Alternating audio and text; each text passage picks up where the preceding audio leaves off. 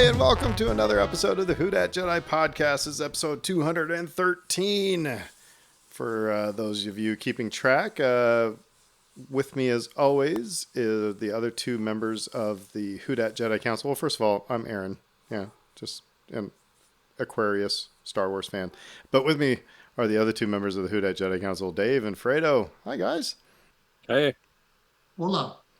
So, Fredo, what sign are you, Fredo? Huh? What sign are you? he is Aquarius What as well. sign? I am Aquarius. Our birthdays are I'm- only a couple days apart. Three days apart. Yeah.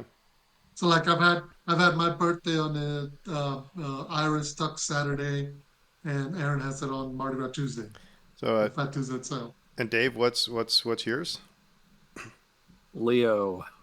So this is kind of a happy accident because that was just me improving, but it's kind of fitting that we're talking about this because we're going to be talking about Agatha all along. We're going to be talking about witchy stuff. We're just going to, our final thought, we haven't really given many thoughts on it. So we're just going to have a discussion about Agatha all along tonight. So that'll be fun. If you are, I'm going to tell you guys, there's been huge news in New Orleans today.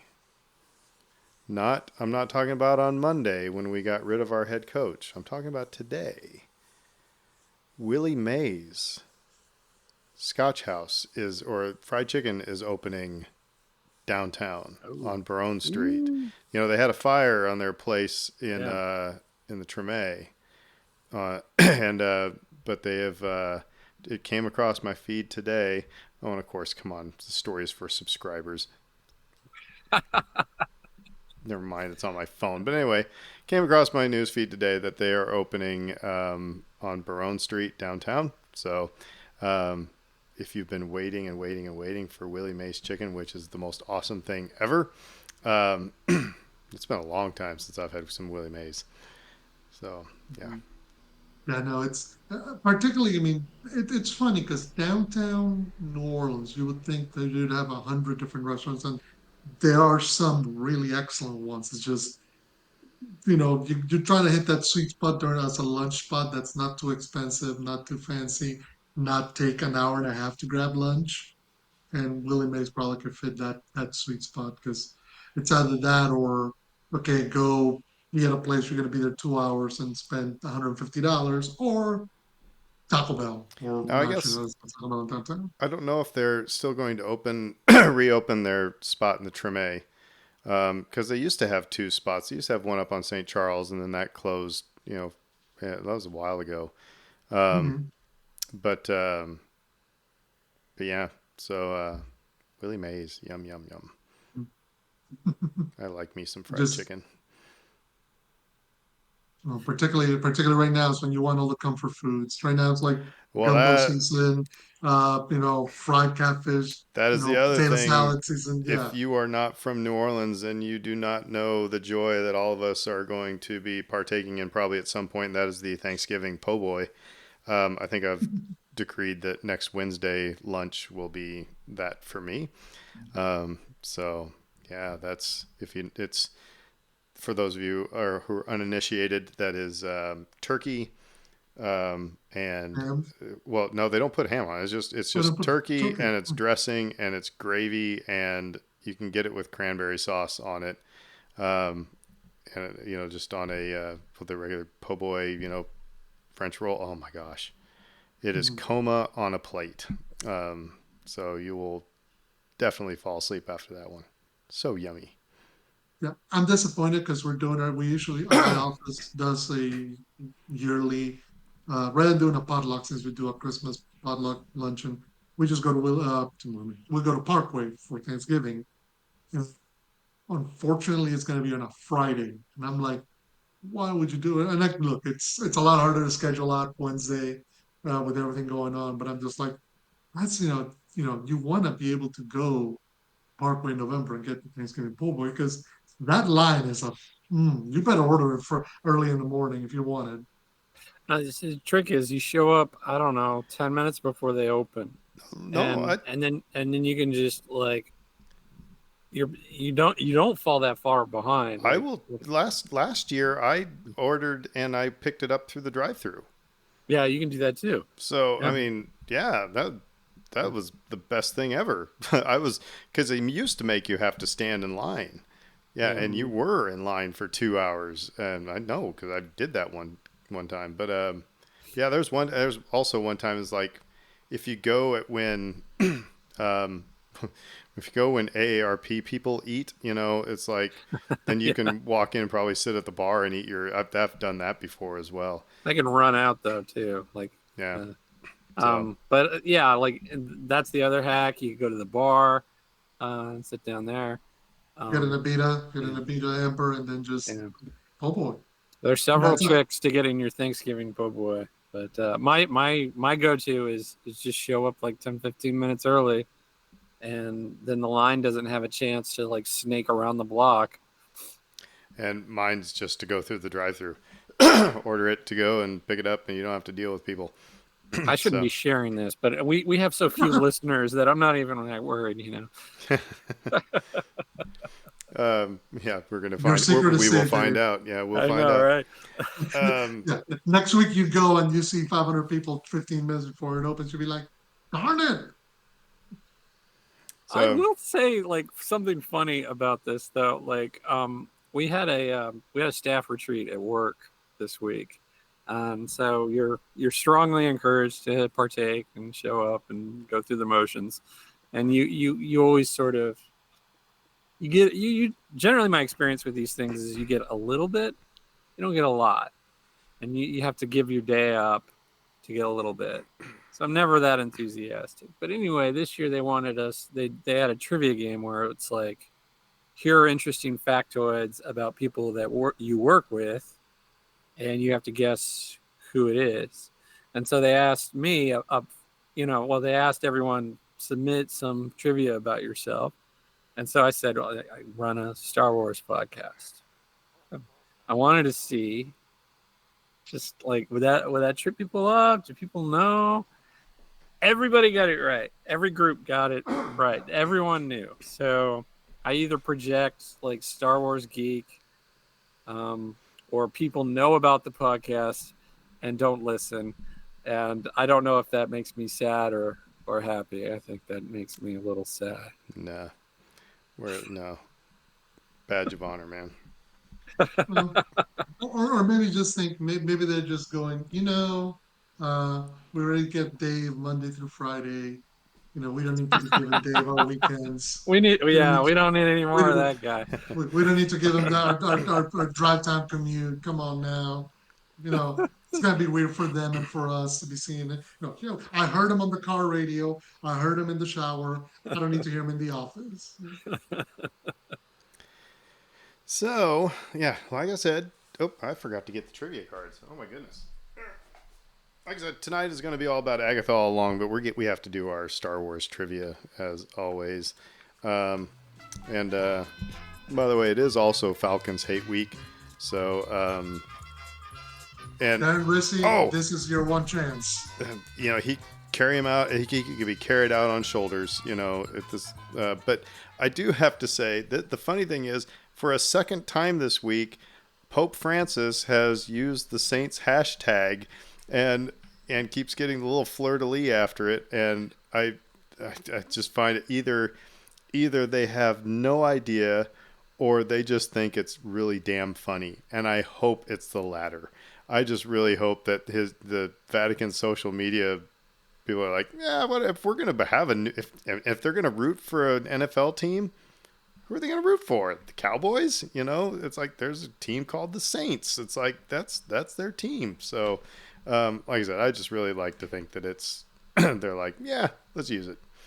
Because the thing is, it's not the hashtag, it's the little fleur de lis after the hashtag. It's not just any fleur de lis. It's actually the Saints, the Yeah, trademark fleur de lis that you cannot copy. That's why if you ever see other fleur de lis around the city or in any other merchandise, it all looks a tiny bit different because the Saints have worked it. So the one they have is, designed to look a certain way, and that's their copyright trademark fleur de lis.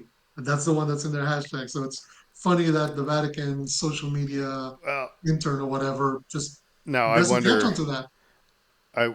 I wonder if are they actually tweet? Would it work if they were tweeting in Italian and did the hashtag and whatever Saints is in Italian, and then when that gets Well, translated, does that then kick things in?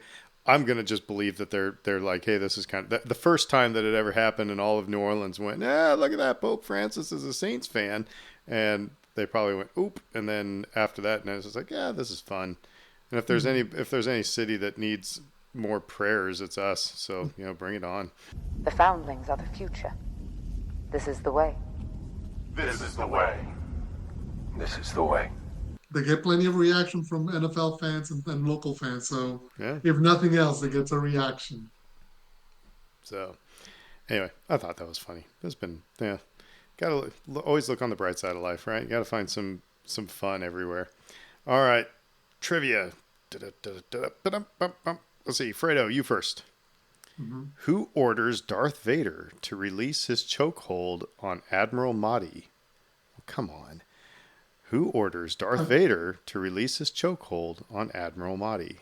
I finally got an easy one. It's Grand Moff Tarkin. Which, for like the first couple of years of my Star Wars fandom, I thought it was Grandma Tarkin. Um, Mhm. just, just saying. Yep, Grandma Tarkin. that is correct.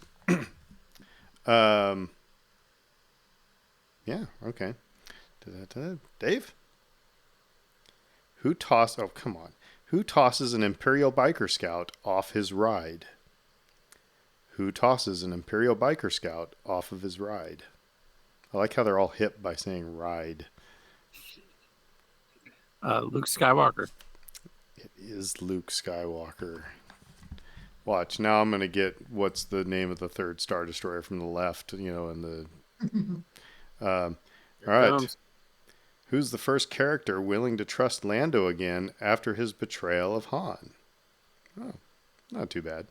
Who's the first character willing to trust Lando again after his betrayal of Han?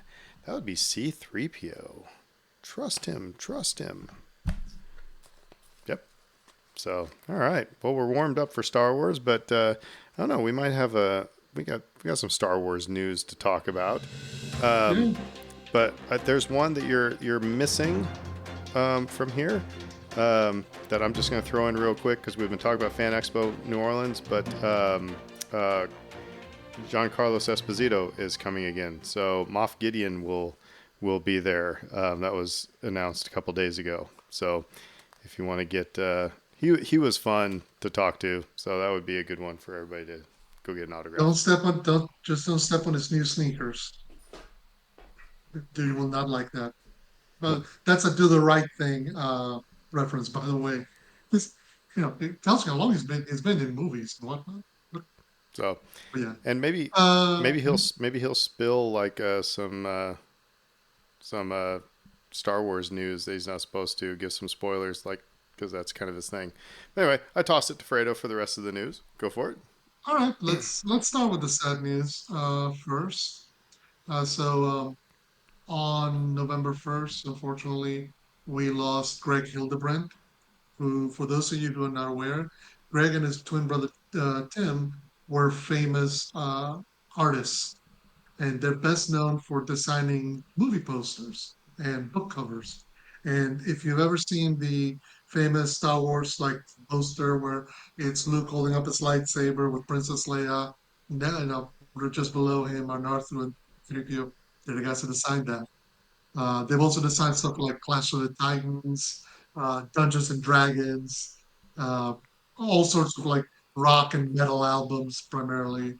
Unfortunately, he passed at the age of 19, sorry, passed at the age of 91.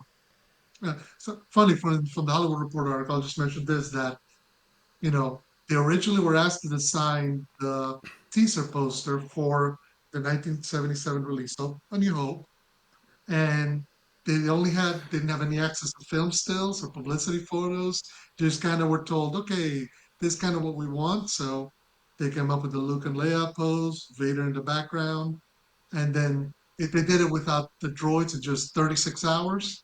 And then George Lucas went back and asked, "Would you mind to put the droids and make the our signatures to be larger. So they did, and that's the poster that we first got when they said Star Wars. Yeah. So yeah, uh, condolences to his family. I said 91, so pretty good life. It's amazing. Moving right along, unless you have any comment to that. The other big kind of, well, two other kind of big kind of news we got. There's a small one. Skeleton Crew, we got a trailer last week. We Yeah. got a trailer, we got a poster, we got more of the cast of characters, we got more of the vibes. I'm not going to rehash it, just ballpark. Are you more excited for it? Less? About the same? I'm about at the same, and here's my thing, and again, it is the thing that still bothers me is to see the two kids sitting outside the principal's office. You know, we I think we had an episode of what, you know, moments kind of, you know, that aren't, that just take you out of the Star Wars world. Like, you know, for example, we said when Han Solo said, "I'll see you in hell," it's like you start to wonder, is there a hell in the Star Wars universe? You know, you never think about these kids. Like I said, it's the suburbia shot that was in the first trailer. Like I said, the kids sitting outside the principal's office. You know, that that just puts me off kilter. It doesn't make me go, "Oh, this is going to be bad," because the rest of it just looks rockin' fun, awesome Star Wars. It looks exactly like Star Wars. So, kind of hoping that it's the first half of the first episode that we get the suburbia, like I said, all that stuff, and then we're off an adventure. But that's the only thing. But it's not making me go, "Oh, this is gonna be awful." But it does just take me out of the Star Wars universe. I'm not immersed right away. That's just me. So. And that's a valid feeling to have. For me, I think the idea that we're catering the story to children and trying to draw children in and create a relatable story for them sort of trumps that. Um, that a kid can understand that, I right? Oh, they're understand. in Yeah, trouble, you know? 100%. Yeah. That's And why. That's why I probably really. like, I'll let you finish, but that's why I wanted to qualify it with it. That yeah. was just, that's 51-year-old Aaron, right? It's, and I don't think it's really a fair comment for me to say, but that's just, I'm just saying the way it was. Go ahead, finish up. So. Well, I also think we're going to find out, like, is the story a good one for children or not? And is it derivative? Is it, we've seen a lot of stories that are sort of tailored for kids and that are adventure based, and we've seen stuff like this before. Not necessarily in Star Wars, though. The one big glaring one are the Ewok adventures, right? Um, those are there. Those exist. Sorry, people who have tried to erase them. Uh, they are there. Um, yeah, those are sort of tailored for kids, but also they're not great. They're not great films. So I'm hopeful. Like if this series isn't great, if it's not on point, if it misses the mark in ways, yeah, then sorts of little compromises that you make in the interest of trying to connect, they stand out a little bit more and they become a little more irksome and problematic. I mean, off the top, it is. You know what suburban planet landscape or neighborhood maybe where it put me was Poltergeist, like the beginning of Poltergeist when the guy's biking back to watch a football game with the beer case of beer in his hands and the little kids are messing with him. It's, yeah, that suburban feel is it's meant to give you a sense of like, okay, security, calmness, and so I kind of get it. I mean, from the one hand, it's visual shorthand, much the same way as Peter Jackson used with the Shire, being so idyllic and pleasant and friendly, so that you knew when you left it that you were leaving safety. But that's really not what's like. It's not like what's wowing me is the action, the fun. The kids look like it's going to be a great cast. Jude Law looks like he's just having fun. So Well, uh, it's going to be interesting to see. I'm that excited was, for it. like I said, and that all that makes what both of you said makes 100% sense. It's like you have to show that these are kids and they're boring, mundane, and one kid really wants an adventure, and by golly, do they get one, you know? So I get all that, and part of my thing is my own trepidation of like, oh, I hope we're not there for a long time. I hope we just move on. But my other fear is that the not so reasonable people on the internet are going to like lash out at this show if the first episode is like looks like Leave It to Beaver in Star Wars. You know what I mean? It's going to be so they're not going to give the rest of the series a chance. And again, Can I be honest, Aaron? They're not going to that's give an it a chance. irrational. That's just what's in my brain. So I'm just letting it barf out right now. But anyway, go ahead, Fredo. Sorry. No, I was just going to say they're not going to give it a chance. They don't like it. They don't like the idea of um, what you call it, of a kids show. Remember, Star Wars is a war and it's supposed to be serious and dark and grim. It should be more like Endor. And I hate that mindset Yeah. because what I love about Star Wars is that it can be the battle for Endor, the Mandalorian, the Acolyte, and Andor. It can be all these things. It doesn't have to be just one. But yeah, no, I imagine that it's going to be there's going to be some pushback because the kids are going to be kids, and I have to say though, and I know we weren't, and this is as far down that current events rabbit hole that we're going to get, but I am so glad that a Star Wars is coming out now because I need that in my life after these last few days. Anyway, moving on. moving on. Okay, let's move on right quick to a what if. So, concept artist Ian McKay was being interviewed about the Phantom Menace. Remember, 25th anniversary Phantom Menace.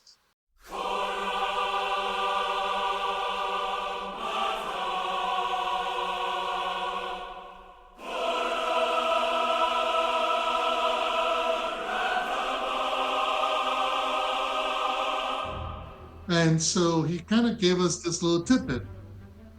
He says, quote, and I'm going to quote him, it's a bit lengthy, forgive me. For a time, the older Jedi in the Phantom Menace was named Obi-Wan, and the younger Jedi was named Qui-Gon. It was very poignant that at the end, as Obi-Wan dies, Qui-Gon defeats Darth Maul and stays with his master as he passes away. He not only takes on his master's quest, but he takes on his name. Qui-Gon becomes Obi-Wan. So that's why when you see Alec Guinness in A New Hope, he puts his hood down and goes, Obi-Wan. Now that's not a name that's a name I've not heard for a long time because he's not Obi-Wan, he's Qui-Gon. And right at the end, George changed it. End quote. So how do you feel about that?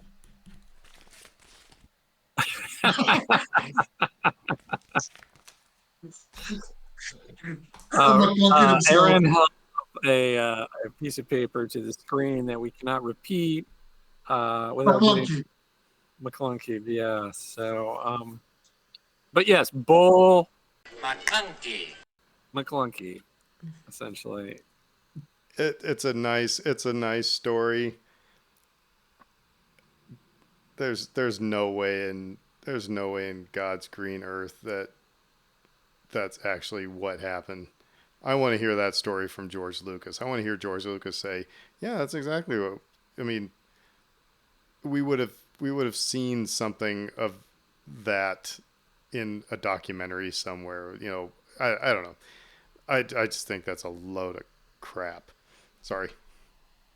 I think it.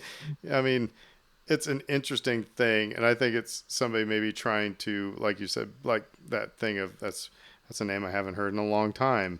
It's like I don't know. I mean, I could see where George is trying to make all the pieces fit and maybe he come up with this brilliant idea. Okay, why is it that when we meet Ben and somebody says the name Obi-Wan, he goes, I haven't heard that name in a long time, or I've not gone, that line. It's like, well, maybe if he wasn't Obi-Wan, he was really Qui-Gon, and Well, but then he then, changed okay, it into. Then no, no, no, no. again, Stop, stop, stop. Okay, so why would then he take on a name Ben? Why wouldn't he go back to the name Qui Gon if he was running away from the Empire? It's like, so why, why, Qui-Gon is why dead, take on a right? Nobody third knows name? that. This is all just. This is, sorry. Yeah, honestly, it's overly complicated, which is the one reason that I give to go. I could see where George may have thought that for a minute. It's complicating things harder than it needs to be. George probably went, "Well, this makes sense. This makes sense," and then went, "No, this makes no sense. Get rid of it." You ever listen to Dan Lebitard? Hmm. Uh-uh. Suey, Yes. Suey. That's Yeah. that's all I got for you. Like, Where's my page? Where's It's my page? There we go. Yeah. uh, it's not great, not great, Bob. Is again. it okay? So like, okay, so the question isn't, was it a terrible idea? It Because it is. was. The question is like, is there any validity to this? That like, yeah, at one stage of development, at one point, George might have said something offhand to somebody about that and said, maybe at one point we were thinking about doing with Obi-Wan with a switch and his name. No, Aaron's shaking his head. I don't know. George says a lot of things. Yeah, but you would And think the other that. thing, yeah, the other thing is we got to be honest. George is a bit of a carnival barker. Has always been. He loves coming up and telling you that he's had this idea and then he was gonna do this and then we are totally always meant for Luke and Leia to be brother and sister. Never mind the kiss or never mind the other kiss. Never mind all the hints that they weren't in A New Hope. So Well, I will hold up the same piece of paper for that one when mhm, he says that they were brother and sister all along. No, they wouldn't. No, they weren't. exactly, Don't lie to me. exactly. Now Right, because is he does change his story, is the point, I mean, right? you say that it's a bad idea. It's actually kind of an interesting idea, if that's the way it, turned out. No. But No, it's for the reason that you just said, like, why would he call himself Ben later? And it makes no sense. It's overly I didn't say complicated. that it made sense because that is the one big hiccup right there. But it is kind of an interesting thing. Well, I'm going to take on my master's mantle, but yeah, I don't know. To me, it's This is overly fan fiction. complicated for the plot. So anyway, Seriously, because here's the other thing. Ultimately, do the Jedi Council not know this Padawan as Qui-Gon? So why the heck would they be like, oh yeah, we'll just agree, everybody, well, he's now called Obi-Wan. Like, it's like, imagine if Dave turned out tomorrow and decided to take on his brother's name and they tell everybody, okay, I'm no longer Dave, my brother's name. Would people go, okay, sure thing, Dave? It's like, no, because you can't really, you establish as this, and too many people know you as this. So Do it's that to silly. people. Uh, I But don't know, man. Like, again, it makes it. the thing about this that, like, this is the reason I give the story any validity at all is because I think that there's always been this pressure on people since Empire Strikes Back came along. Come up with some kind of a twist that will right? just sort of like break people's brains, right? Yeah, And to the point where George probably felt that way. I think he did, and the sister thing, maybe how ill thought or well thought out that is, we can debate, but maybe some of that came from this pressure of, oh, I gotta have a twist in there somewhere, yeah. and then so it's reasonable to sort of think like, oh, maybe he was thinking I gotta put a twist in there, but to his credit, he was wise enough to think like, no, I don't need to put a twist in this movie to make it work. I don't need to do that. Yeah. So it's a fun story because it can get us all like riled up and we can yell at it. But Aren't you Oh, glad yeah. that I had the presence of mind to write that on a piece of paper so you didn't have to edit it at 10 o'clock tonight? Um, all right. All right, last bit of news before we get to Agatha. This one broke today, and it's Dave's favorite story.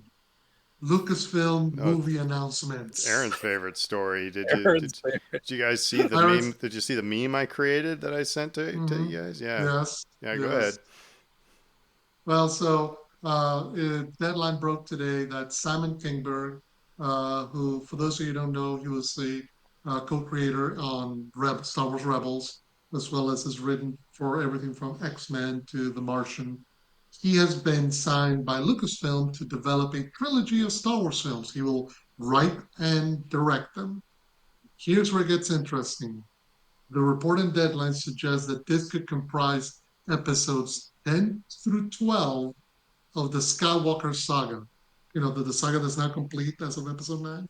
This will continue that. So other people say that that's not the case at all, that it'll be a different storyline that'll sit alongside the other and I love the fact that Deadline calls it the percolating Star Wars projects, and they list James Mangold's Birth of the Jedi Order movie, Charmin Obaid new Jedi Order movie Okay, with Daisy Ridley, Taika Waititi's, Donald Glover's, that's my and on and on and on. that's my thing. Okay, so first of all, um, yeah, I'm tired of vague announcements. So that's why I told you guys. I said when this came across, my first reaction was to sigh, and that made me sad. That I was like, here we go again, and I should be excited that we're talking about Star Wars, but it's just because I've been burned a gazillion times.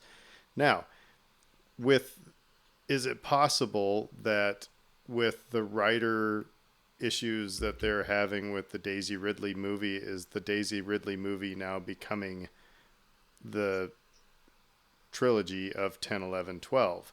That would make sense if we're going to continue the Skywalker saga, especially when she takes on the name of her former master. Which, where did we just hear that? But anyway, she takes on the name of Skywalker. So if it's like she's like, yeah, I'll do 3 movies instead of one, and it's like, hey, we have an opportunity here. Okay, it makes sense, but yeah.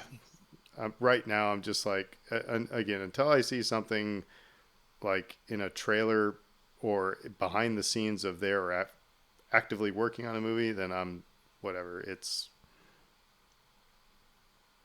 I'll hold up the sign again. So Caveat: he was involved with Rebels heavily. Uh, Writer, producer, I think part-time director, etc. Like, um, not director, but executive producer, creator, um, heavily involved in that. We all love Rebels. Okay, that's the caveat. I want to play a little game with you. Okay, we're gonna play. Stop me when I get to a movie that he wrote that you like. All right, Go for it.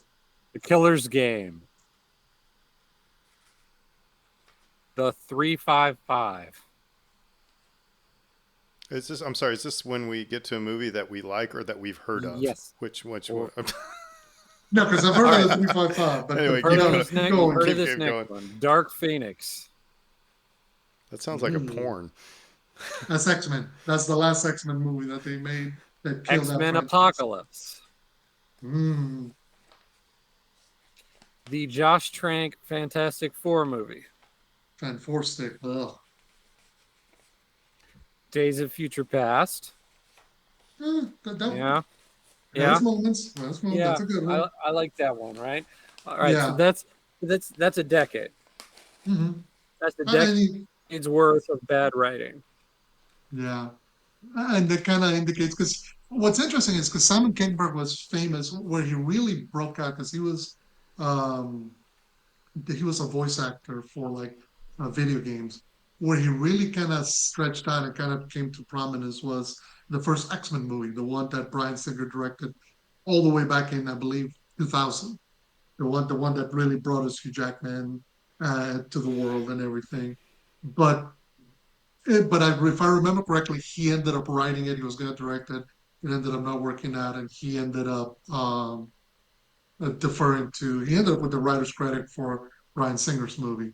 But really, he's best known in terms of as a writer. So like Mhm. he's produced a lot of stuff, right? He's Yeah, been yeah. involved in the production and helping to finance and make things sort of come together, and that's great. He's a filmmaker. That's great. Right, Great right. for him.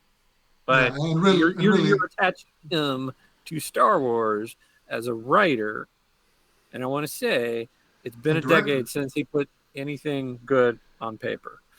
Yeah, like if you look at it just as writing credits, you're looking at the sequel to Triple X. You're looking at Mr. and Mrs. Smith, X-Men: The Last Stand, Jumper. I don't know if you have you ever seen Jumper, Aaron? No. Okay, I mean, the first Sherlock Holmes with Robert Downey Jr. And then yeah, you get to that whole rigmarole of bad whatchamacallit, movies that he's done recently, as the X-Men franchise collapsed to the ground. We Yeah, just I think go ahead. I think we just gave more oxygen to this story than it actually needs. Quite Mhm. honest, because I'm the grumpy old man Yeah. over here with let's play the game of how many people have been promised a Star Wars trilogy in the last 3 years. So Mhm. that's what's driving me bonkers. Um, And honestly, that's really the hard part is that they make these announcements. Like you said, now you're correct. Maybe if he's the guy and jumping it's on just a board, rumor. I mean, Lucasfilm has right? not put their name Yeah. to this yet, so that's Yeah. also let's put that and make sure everybody knows that too. So. But here's the other thing. Even if they did, it wouldn't matter anything because they put their name to a lot of stuff that hasn't come out. Oh, that's true. I You know, wouldn't. I wouldn't believe it if they said it either. So yeah, I and yeah. Call us when there's a trailer. yeah, right. Or at the very least, somebody has, you know, filming, from a scaffolding, over the lot, showing, Mhm. behind the scenes stuff. So anyway, yeah, and then it's like, why? If he isn't all that great of a writer, and you've already said, yeah, Ryan Johnson, you can have a trilogy. Why wouldn't you have Ryan Johnson just write that trilogy?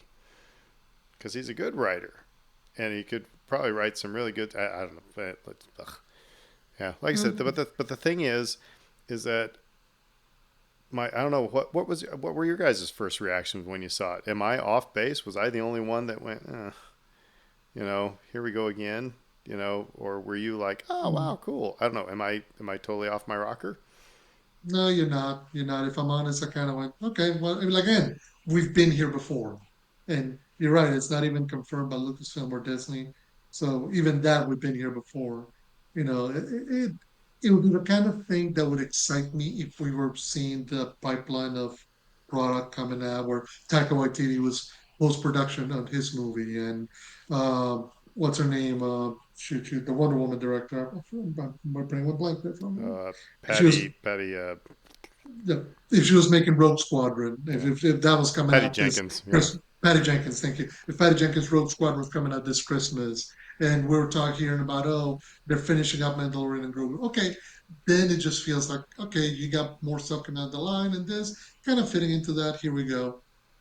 The problem is we've had more stories about creators coming on board, leaving, and walking away, stuff falling by the side. Then we've had actual movies, TV shows. Like at some point, and this is where where you guys' points come into clear focus. It's you got to do something. You can't just simply exist in a perpetual state of we're announcing that we're proposing to potentially make this. You have to have something to put it on a screen, whether it's a big one or a small one, because otherwise, we eventually go like, okay, like I said, call me when there's a trailer. yeah. So with that bit of news, we're done with the news, and we can talk some witches.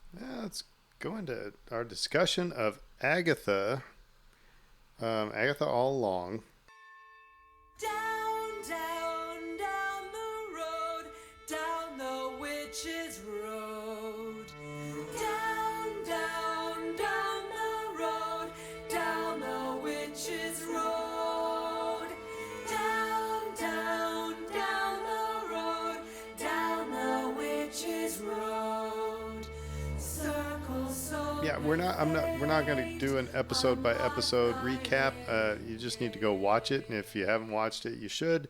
Um, we're just gonna kind of. So there's going to be tons of spoilers here because we're going to talk about things that maybe we dug, things that we thought were left unsaid, some whatever controversies might be going on.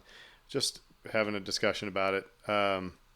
So I will say I'll start off by saying this was kind of nothing like I thought was going to be, um, and that's a good thing.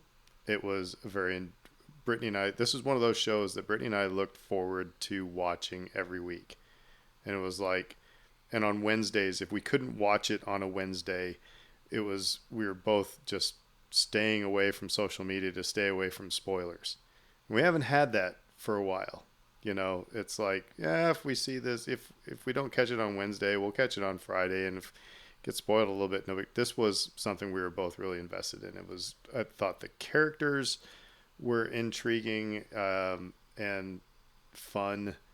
Um, I thought it did. I said it before on this podcast. I think it did things in a similar. I think they were trying to do something similar to what or Acolyte. Well, they did some things better than Acolyte did, as far as flashbacks, as far as different perspectives of things.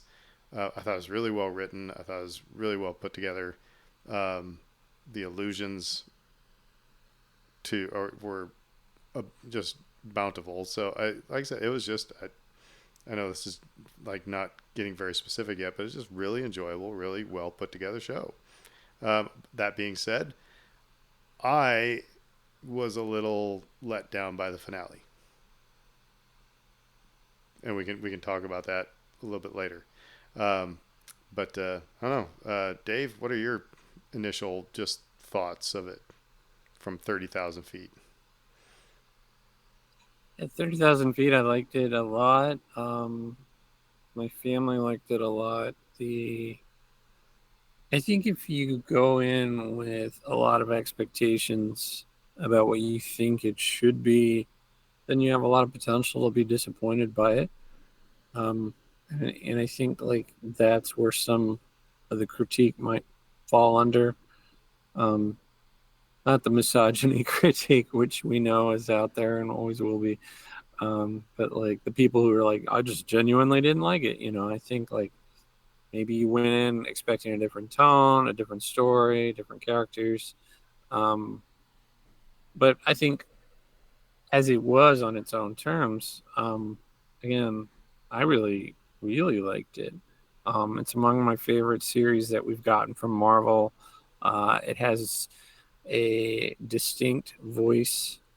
It's trying to tell a story that we don't always get, particularly in that setting. And yeah, and I like the tie-ins and the crossovers and this was a character I enjoyed when she made her debut originally.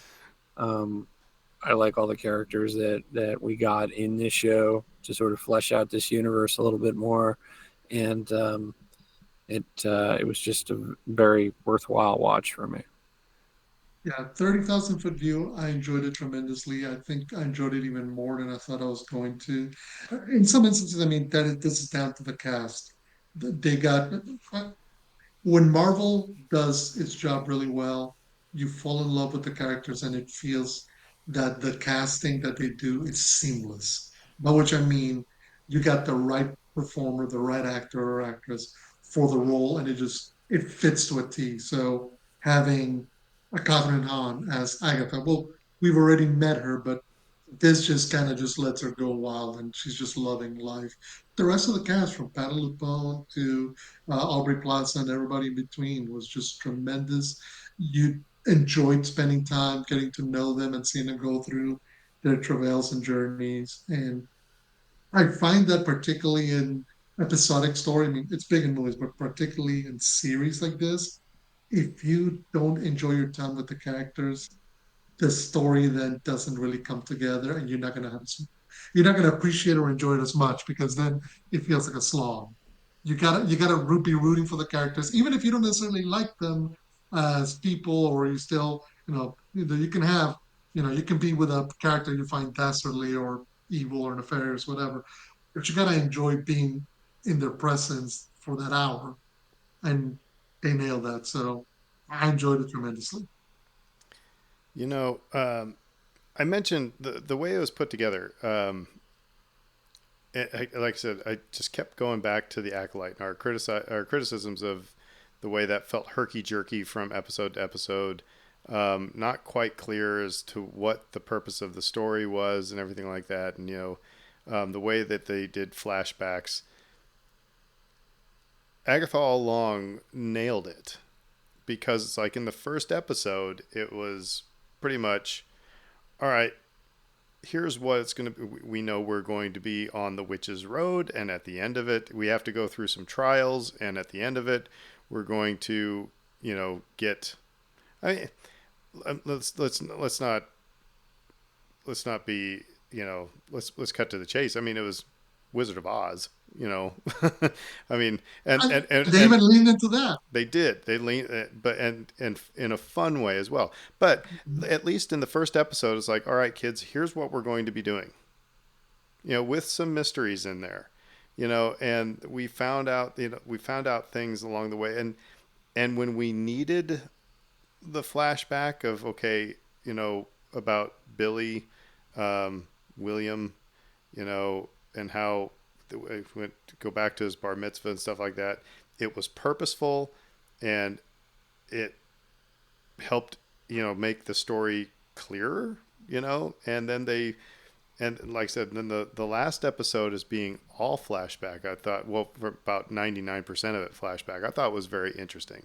Um, but I never got the feeling like I did with the Acolyte, where it was just like, what, where, what? Okay, that's cool, but why? This was just, again, just well put together.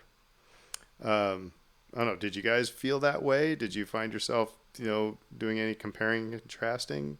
Do you disagree? I Honestly, really, oh, I was going to say briefly, I no, no, really want to get into the Wizard of Oz stuff, but like, I'm going to go, no, hold off. go for it, Dave, please. Yeah, go for it. How long did it take you guys to notice that? Because for me, and I think I mentioned this, and maybe I tipped it off for you guys, or maybe we all just sort of came to this conclusion, but it was that first episode where it's essentially black and white Kansas, and it's a little off kilter. And then it takes her embarking on this fantastical journey to come out of that. And now you begin to tell your story. And I thought that was so fascinating that because the first episode is weird. Yeah. It's just That's Well, it. you're strange. you're back. You're back in WandaVision. I mean, Exactly. you're. By design. Uh-huh. Yeah, and she's stuck there, right? And you can kind of understand why she's stuck there, but um, not behaving like herself, and there's I this mean, whole weird I don't crime know procedural when. thing. I don't know when it dawned on me that, okay, like you said, Wizard of Oz, but there were plenty of things that you saw, like from the cackles to the path was literally yellow leaves. Mhm. And even some of the cinematography it looked like Wizard of Oz. The background sets and everything. Um, the just there were tons of things like that. But what was really cool was in that last episode when you find that it was Billy that put the whole thing together, Yeah, that he created that world based on his influences, um, because in his room are all the bunch of Wizard of Oz stuff, the figurines and the posters and the movie and the books and everything like that. So That's a that bit was like the Usual cool. Suspects. But yeah, that was another fun thing because like again, like how long before you figured that out? Because like when that got like revealed, I was like already in a position of like knowing, like yes, of course. I think at one point she even tells him that, and if you go back and you rewatch, she says, think she says to him at one point, like, "Oh man, you're so much more talented than your mom," and in the way that you sort of envision these things and have built this thing, and in real time, you're kind of like, "Well, that's a real funny thing to say to a person," but um, I mean, she's giving it to you right there, dead to rights. You need to know that this is what's happening. This is not real. This is him creating this thing.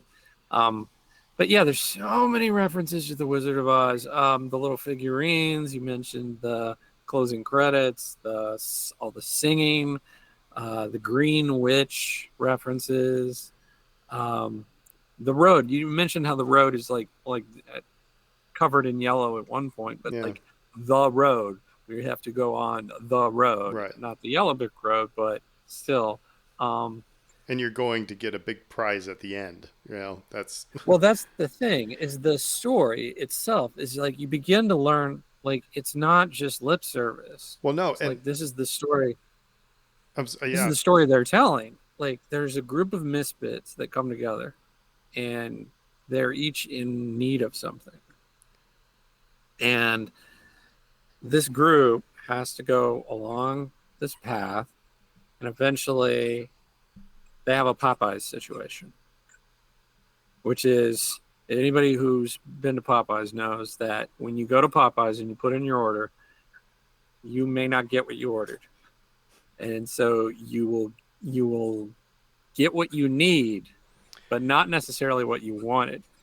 well, I mean, it's even, and this wasn't my discovery at this watching either Screen Crush or New Rock Stars, but I mean, they even, um, I'm trying to remember that. So, Alice got courage. Um, each of them, each of them got, it was the same thing that the Scarecrow and the Tin Man and and Jen got the heart because she said, I didn't care about any of you to begin with, and now they'll be damned if I let them hurt either one of you. So she got And Lilia got wisdom, heart, so you yeah, got a and brain. got the brain. So that it wasn't. And by the way, I hate the Wizard of Oz. Me too. uh, Me too. really? Okay. Well, okay, Yeah. good. It's not the story or anything like that. I just really don't like the aesthetics of the Wizard of Oz. That's another conversation all over, because I love Wicked, but that was cool that it was a neat retelling of that. Um, One of my favorite parts of this, though, of this story and this idea, though, is that it's kind of like a monkey's paw situation. When I made the Popeyes reference, it's like you get what you need, but you don't get exactly what it was that you wanted, and that's one of my favorite parts of the ending of the original movie. Um, it's like, oh, I need bravery or whatever, and it's like, well, okay, here we're gonna just write this thing down on this piece of paper, and now you have bravery. And it's like, oh, okay, yeah, I can see that, and that unfolds for these characters, right? Um, like some of them die, and they get what they needed before they died, but the cost is death. Congratulations, now you're dead. And so like I said, there's kind of this monkey's paw element to that I really appreciate. Um, and I just like the idea that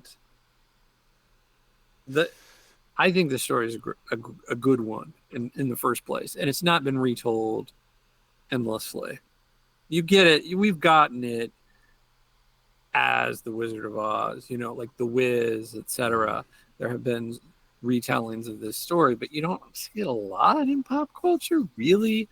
So I think it's fun to revisit on that level, but I also think like it's about a person who gets lost, who has to find allies, and then they need to overcome their long odds, and they need to overcome their sort of weaknesses and develop and have personal growth. And then through that, the main character ends up getting to go home, which is in a lot of ways is kind of like the hero's journey. Um, but I think like the biggest subversion in this particular retelling is that you go into it thinking that it's Agatha's story, and by the end of it, you realize that it's actually Billy's, which that and ticked a that's lot part of of why people, that reveal happens the way that it does. and that ticked a lot of people off. If you want to Yeah, start about, a couple of the criticisms, that was one, and I think it's unfair criticisms, but it's like you said, expectations. This isn't Agatha's story, and they get all mad.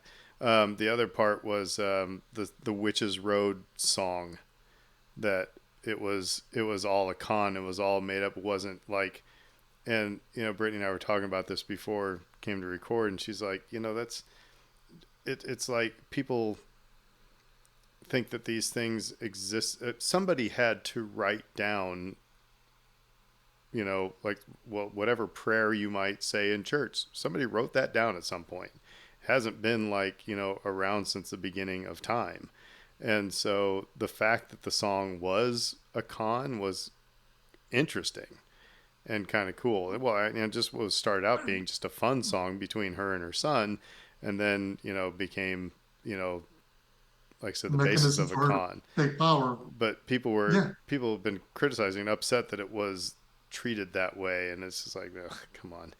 Um, Well, I mean, when like you start thinking about it, I mean, you think of songs, whether it's like, The House of the Rising Sun, which is a popular song that's been covered hundreds of times about New Orleans, has changed. The point of view on that was originally written by a woman's point of view, singing about ending up in misery in New Orleans. The most famous version switches to a guy's point of view. And, when you talk about these traditional songs, they switch and they flip and they twist, and their meaning and their value. I mean, we know that whether it's lullaby. When I was looking at that Witch's Road sequence, all I kept thinking was the rings around the post, ashes, ashes. I mean, that's a Black Death yeah, uh, reference, but now it's sung by kids. It's something you sing to your little toddler because we're hundreds of years removed from that. So the fact that somehow, some way, this song made it through the centuries and became a pop song that somebody covered uh, doesn't demean, or doesn't, the reveal later on, actually, if anything, proves that there was a power between the relationship between Agatha and Nicholas, her son, and also undermines how much she kind of perverted, after, the meaning of that song to her, by then using it to siphon the power and kill other witches, to how lost she was, yeah. because she was completely lost. The one character she wants, this is a character who's trying to stave off death by taking the life and power from others, but which is why it's funny that the show begins with a throwback to Norwegian or Scandinavian dramas that start with the woman's dead body found in the woods, because that's what Agatha was doing all along for centuries. Um, but it's interesting because it denotes that she's almost lost herself the moment her son dies, and it's, again, if anybody's loses a loved one, it's very easy to just give yourself over to grief, give yourself over to the pain, and pervert the things that kept you together in love away. There was a couple things that was very cool. One, I loved how Lilia's outbursts through the it was almost like Tourette's, that was paid off well. Yeah, Hmm. paid off That episode, that episode's incredibly. beautiful. And it was like, it's so, that I thought that was, again, just well written. um the other thing was the acting, and especially Agatha. And again, this isn't my personal, this is after reading about it and watching some reactions to it. It's very interesting to go back and watch it, that her acting is, when she's over the top is when she's lying, and when she's kind of normal voice, that's when she's telling the truth in the whole thing. So the way that's balanced is really cool.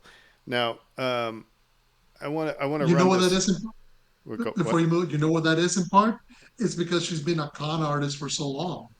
And a con artist knows that the more flamboyant and Yeah. extravagant, first of all, you throw in your mark off, and second of all, you're not giving them time to challenge you, or you make yourself bigger than the room. All of a sudden, nobody has to like to stand up to you. So she knows what she's doing. It's when she makes herself a normal size, metaphorically speaking, to everybody else, that's when the real self comes out, and you're able to challenge her and contradict her. But that's all a perform. That's all she's performing, because she's looking to get one over on people, and she's done it through the centuries.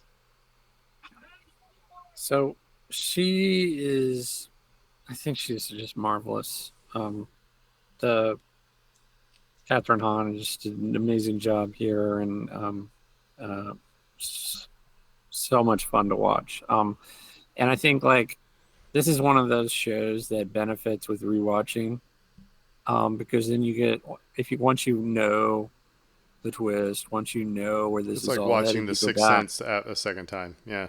Yeah, yeah.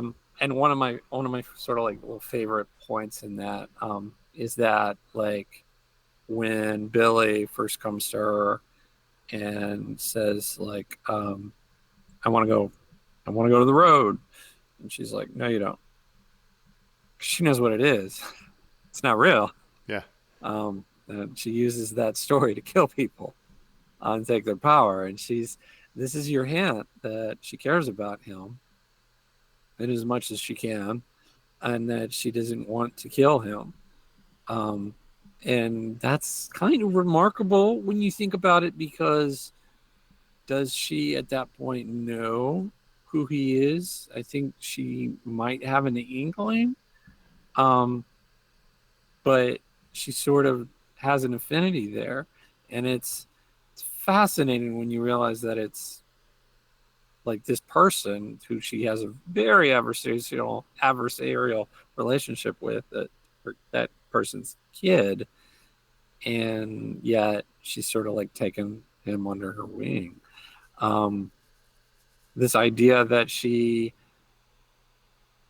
incapable of stopping herself.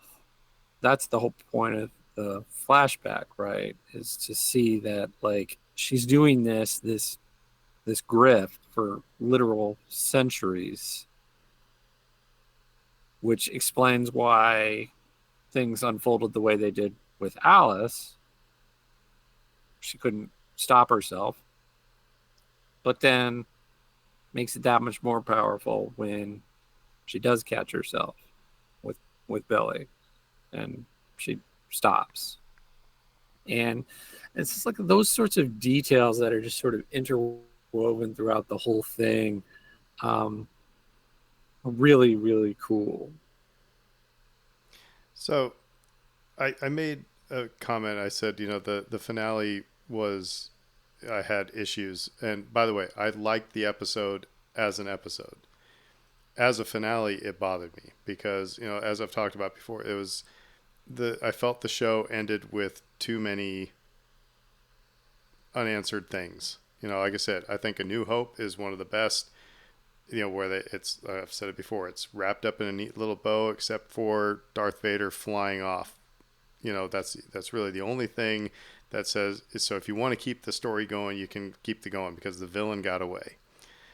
Here, there was too many things that, or even with the two of them, her as a ghost and, him in his Wiccan costume, you know, walking off through a door. It's like, all right, the first words out of my wife's mouth were, all right, there's got to be a second season. And there's not going to be, it looks like. I mean, nothing in the works, nothing confirmed, nothing even spoken of. And so that's my problem with some of the way this is put together. So I want to run through some of these things. This is from Screen Rant, unanswered questions, and just get your guys' quick takes. These are just hot takes, okay? So and we won't go through all of them, but for example, how did Agatha get the dark hold? That's referenced in the first episode, and it's and well actually, and then Jen mentions that she traded her son for the dark hold, and it's dropped like a hot potato. That's an important part of the whole Scarlet Witch, you know, multiverse of madness, you know, whole lore, and they drop it in there and then just walk away from it. I don't know. Was that bothersome? Not so much to me, if I'm honest, just because it was not relevant to the story. I mean, If it how she wasn't got in relevant it. to the story, then why do you put it in? That's my Well, point. well, no, it was relevant to one division, to the previous story. Agatha's journey through the road, Darkhold is not what she's after. But they mentioned it twice. They showed it in Nicholas's crib, and Jen said, "Hey, you know, she traded her son for the Darkhold." So it's not like I'm not saying that I know it was important in one division. I know it was important in Multiverse of Madness. That's my point. Is that you drop that important bit in this show, and then don't do anything with it. I mean, Right. Well, I was going to say too, like it didn't have to necessarily be that particular thing, but the story related to it was super critical to the story. Like you traded your son for this item. So well, why is that super critical? It's a lie. Well, she had to maintain that lie to get people to want to seek out the road. If people found out that the road was a bunch of hooey, um, they weren't going to be seeking it out anymore. She wouldn't have people coming to her trying to find this place. They would know that, like, oh, she's just plain going to kill you. As it is, with the legend that she builds and creates and this narrative about, you gave away your son and all this thing, people go into it knowing, like, well, okay, she's dangerous, but she's powerful. She may not have any sort of, issue with me personally. I could probably work this to my advantage and get what I need out of this situation. And so it's really sort of masterful in that way. Did it have to be that particular piece of lore? No, probably not. But I think that's more of a thing for the fans, probably, right? so another thing was, and this is particular to the finale. I thought that the Rio Agatha relationship got kind of shortchanged. It kind of turned into it. It felt like Batman and Superman going, "Wait a minute, your mom's name's Martha too." It kind of felt like that because it was like, okay, I get it that Nicholas is going to die and Lady Death is coming for him, and she's just like, "All right, well, I'll give you 20 more minutes," type of a thing. It's like that. That's it. You know what I mean? It was so they allude it throughout the entire series of this really intimate relationship, you know, and it doesn't seem like all that big of a deal in the finale when you get that backstory. Just kind of weak sauce is all. Yeah, yeah, no, and I guess they're giving you answers, but it's not really necessarily something you're going like, well, but it's a really fulfilling. I mean, just the fact that Agatha had a relationship with Death, that she used that to get the Darkhold, that she traded her son for, that she's been using, using the road and the legend of the song and the legend of it behind it to stave off death. Kind of tells a story unto itself that you don't need to add more to. So yeah, some of that stuff can feel like it's repeating stuff. I don't know. Um, if I was going to say to me, really, what's two things, because I was pointing at myself when you made mention of what Britt said, because I honestly thought the way that that last episode ends, because here's what, and this tells me that they're smart enough to know what they're doing. Every one of the episodes that they did flashbacks so that we pulled back a bit to the story, where there was the one about Lilia and the time loop, which that's a perfectly paced episode. You go back and watch the other episodes, everything just fits. Or the episode with Billy and his bar mitzvah and the accent and everything works really well. So to leave it off like that, the only thought I could have was, we're going to get a season two. And they were like, nope, no season two, but we're going to get a Vision series, a Vision Quest series. excuse me, which I'm like, okay, that's fine, but how are they going to connect to this? Well, Um, and then also but along those mhm, lines, sorry, and you got Agatha as a force ghost, and we're not quite. I mean, yeah, she said she can't.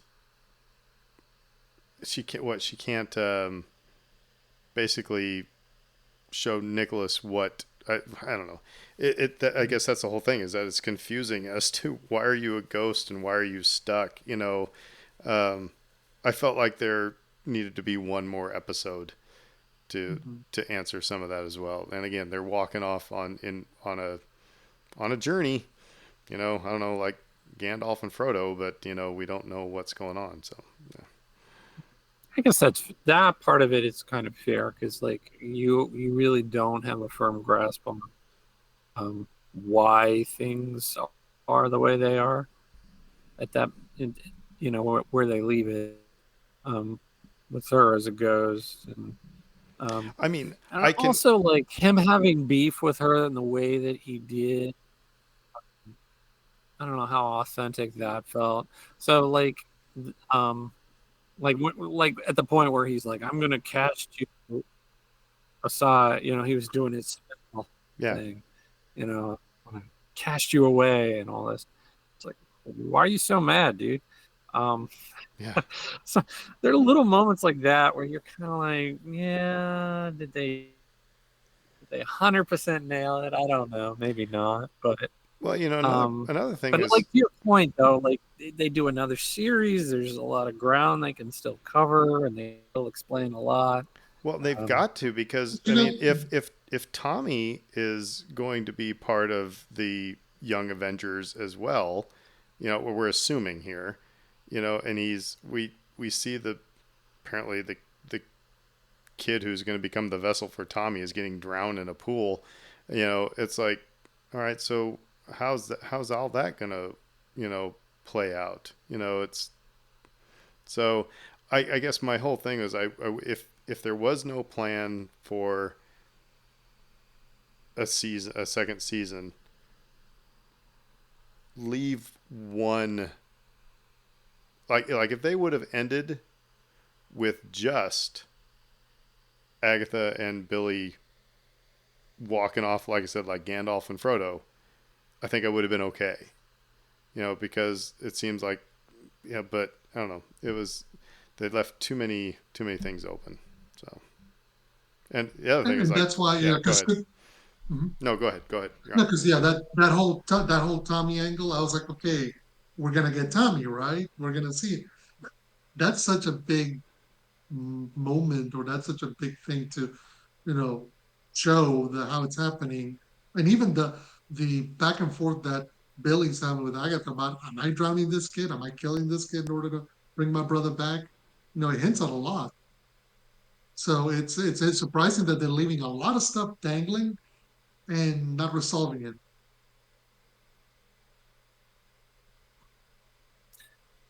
yeah, I would have liked to have seen that reunion, but we didn't get it.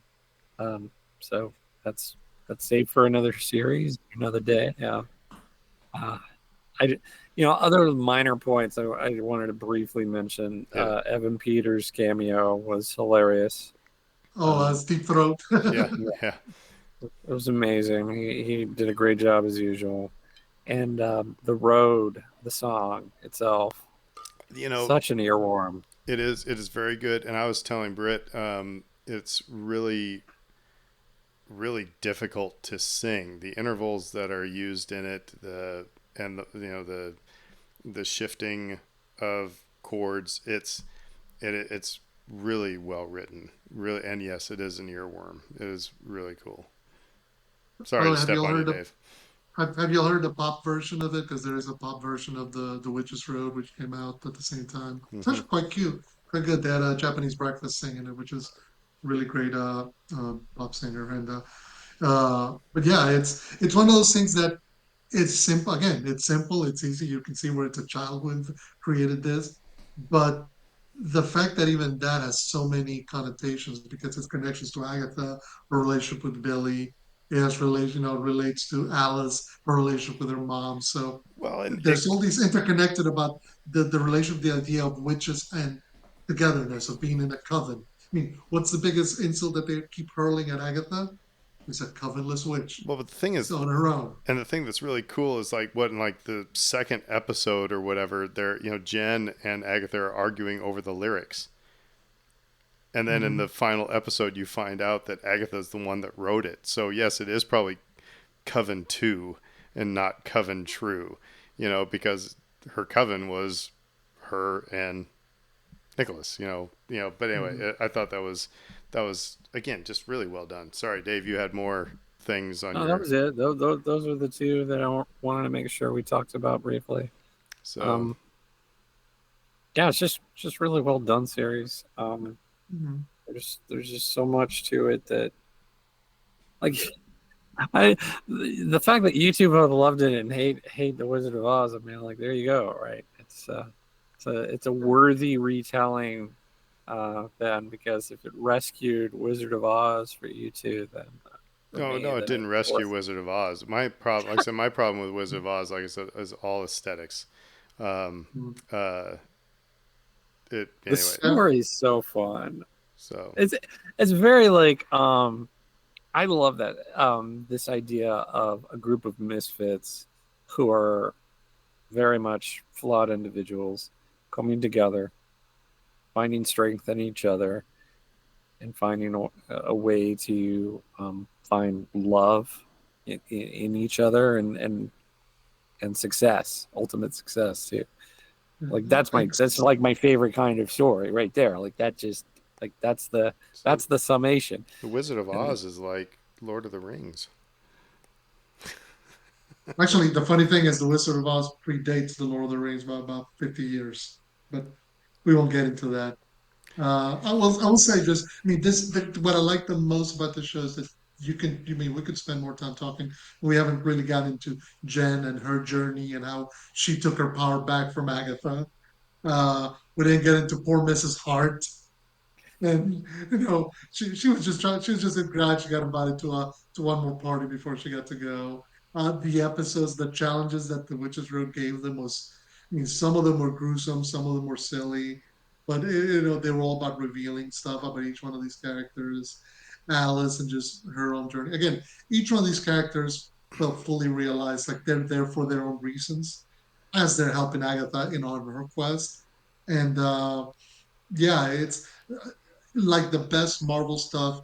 You love the characters and you're willing to go with them.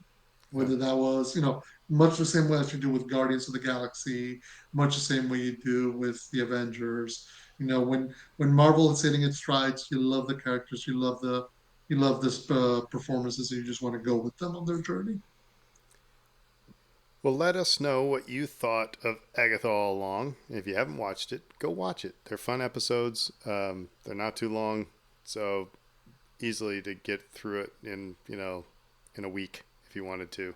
But yeah, like I said, let us know, and let's please beat the Falcons on Sunday. At least give us that one thing. So until then, we will say who dat. who dat? Yeah. Everybody have an awesome, awesome week. McConkey.